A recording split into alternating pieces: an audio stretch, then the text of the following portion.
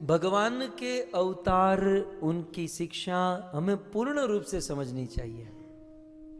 ये अन्य अन्य धर्मों में क्या हुआ, कोई भी धर्म गलत नहीं है, लेकिन उन धर्मों के लोगों ने उसे पूर्ण रूप से स्वीकार नहीं किया। प्रॉब्लम यहां पर है।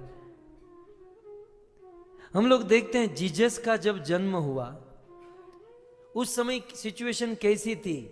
लगभग आदिवासी समुदाय था, मानव मानव को काट कर मार कर खा रहा था।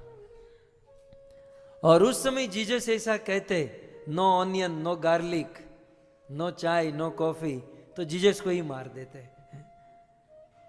तो उस समय जीसस ने कहा कोई बात नहीं, आप जो करते हो रहो, लेकिन एटलीस्ट संडे टू संडे हमारे पास आओ और आपने पूरे वीक में जो गलत काम किए हैं वो कन्फेस कर दो।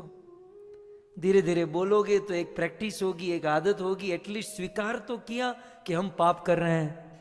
और जो बंदा स्वीकार कर रहा है तो धीरे धीरे उसका परहेज भी करेगा। तो जीसस धीरे धीरे धीरे सिचुएशन को कंट्रोल ले रहे थे। तब तक जीसस चले गए और उन्होंने जो बताया उसी को धर्म बना दिया। सेम थिंग मुस्लिम भाइयों में हुई।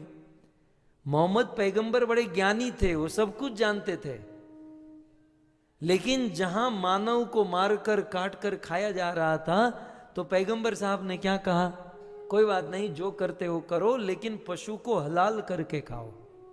हलाल इसलिए था कि पशु तड़पेगा और उसे तड़पते हुए देखकर आज नहीं तो कल आप लोगों को दया आएगी। और एटलीस्ट शुक्रवार को कलमा कुरान पढ़ो ताकि धीरे धीरे सिचुएशन को कंट्रोल में लाए। और ये दोनों बाइबल में भी लिखा है, कुरान में भी लिखा है। जीसस ने भी कहा, पैगंबर साहब ने भी कहा कि मैं आपको बहुत कुछ बताना चाहता हूं, आपके लिए मेरे पास बहुत कुछ है, लेकिन फिलहाल आप समझ नहीं पाओगे, इसलिए धीरे धीरे मैं आप सबको सिखाऊंगा। तो ये बेचारे बहुत कुछ सिखाए, उसके पहले ही चले गए। और जितना सिखा कर गए उसी को स्टैंडर्ड बना लिया। जैसे एक आदमी दिन में 50 सिगरेट पीता है और फिर उसे कैंसर टाइप कोई रोग हो गया और वो डॉक्टर के पास जाए, डॉक्टर कहेगा तू मर जाएगा। तो बोले मुझे बचना है तो क्या करूं? बोले तू 50 नहीं, कल से 30 सिगरेट पीना शुरू कर दे। बंदा कहेगा ठीक है, कल से 30। फिर 3 महीने के बाद डॉक्टर के पास जाता है, बोले अब 20 सिगरेट शुरू कर दे। ठीक है। और फिर 3 महीने के बाद गया तो बोले अब 10 सिगरेट शुरू कर दे। और 3 महीने के बाद वो डॉक्टर के पास गया, डॉक्टर मर गया। तब ये आदमी ने क्या सोचा, भाई डॉक्टर कहकर गया है 10 तो तुझे पीना ही है, कैसे भी करके 10 कंप्लीट करके ही सोना है। बस अन्य धर्मों में ये हुआ है, तुझे 10 तो कंप्लीट करके ही सोना है। मतलब इसने ये उसे सिद्धांत समझ लिया, डॉक्टर का भाव नहीं समझा। डॉक्टर का भाव क्या था, 50 से 40, 30, 20, 10 और फिर 0 करना चाहते थे।